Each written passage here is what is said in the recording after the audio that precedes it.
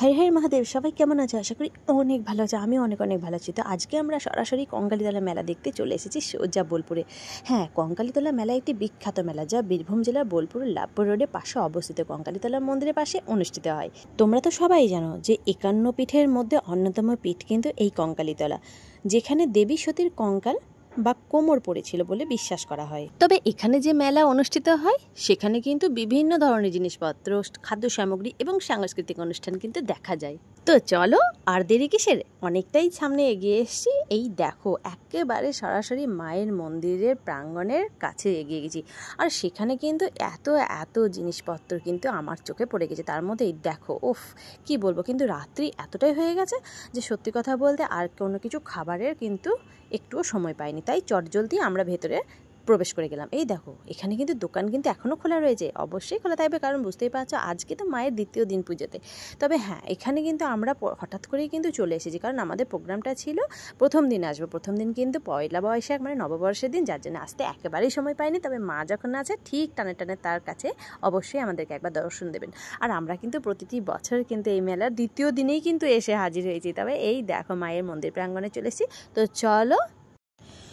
তবে আজকে যখন এতটাই রাত্রে এসেছি তখন কিন্তু এখানকার ভিড় কিন্তু চোখে উপচে পড়ার মতো। কি বলবো, আজকে কিন্তু সত্যি প্রচণ্ড ভিড়। তোমরা তো দেখতেই পাচ্ছ, মেলা প্রাঙ্গণ থেকে শুরু করে একদম মন্দির প্রাঙ্গণ পর্যন্ত কতটাই মানুষজনের সমাগম। সত্যি আজকে মোটামুটি ভিড়টা ভালোই আছে। তবে সরকারি নিয়ম অনুসারে এই মেলা কিন্তু মোট 3 দিনের জন্যই বসে। তবে এখানে কিন্তু প্রত্যেক সন্ধ্যায় রয়েছে নানান সাংস্কৃতিক অনুষ্ঠান, আর কিন্তু থাকছে আতশবাজির প্রদর্শনও। তবে সেটাও কিন্তু এই মেলা উপলক্ষেই হয়ে থাকে। তোমরা তো দেখে বুঝতেই পারছো মায়ের মন্দির প্রাঙ্গণ কতটা সুন্দরভাবে ফুলে সাজানো হয়েছে।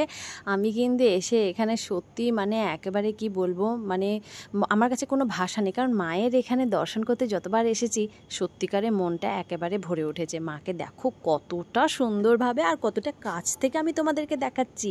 তো তোমরা যারা বোলপুর থেকেই ভিডিও দেখছো, প্লিজ অন্তত একটি বার আমার এই ভিডিওতে প্রচুর করে লাইক কমেন্ট শেয়ার করো। আর অবশ্যই কিন্তু আমাকে বোলপুর থেকে যারা দেখছো অবশ্যই কিন্তু আমাকে জানাবে।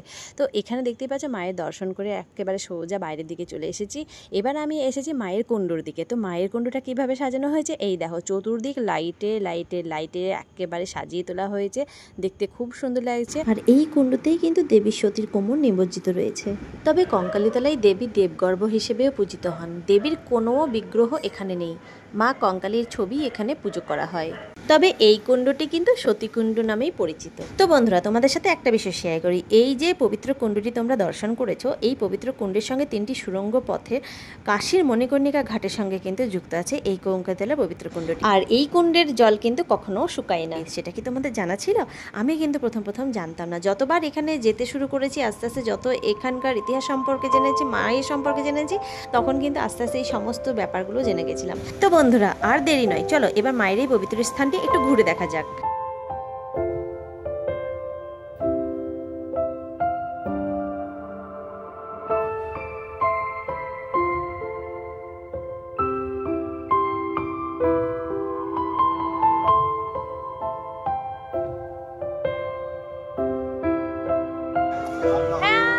আমরা সবাই আজকে কঙ্কালীতলা মেলাতেই দেখো সবাই মিলে চলে এসেছি।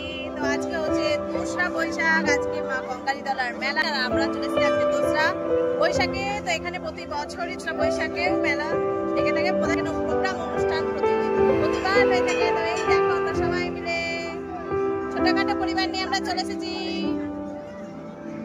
এই দেখো, এইদিকে এখন 2রা বৈশাখে আদর জাপি চলছে।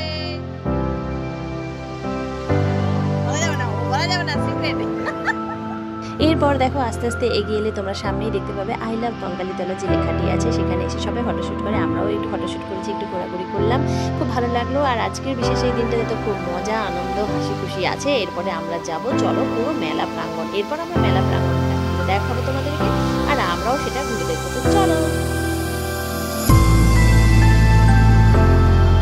চলো মেলা দেখতে যাওয়ার আগে এখানে যে প্রাচীন শিব মন্দির আছে সেই শিব মন্দির তোমাদেরকে দর্শন করিয়ে দিই, আর আমিও দর্শন করে আসি। কঙ্কালীতলা মন্দিরের পাশেই একটি প্রাচীন শিব মন্দির রয়েছে। এখানে শম্ভু বাবার একটি মন্দিরও রয়েছে। এই শিব মন্দিরটিও এই এলাকারই একটি গুরুত্বপূর্ণ অংশ। তবে এখানে কালী পূজা বিশেষভাবে জাঁকজমকভাবে পালিত হয়। এটি এটি একটি প্রাচীন মন্দির যেখানে দেবী পার্বতী প্রধান দেবতা হিসেবে পূজিত হয়। শিবের একটি লিঙ্গ কিন্তু এখানে বিদ্যমান, আর এটি কিন্তু একটি শক্তিপীঠ।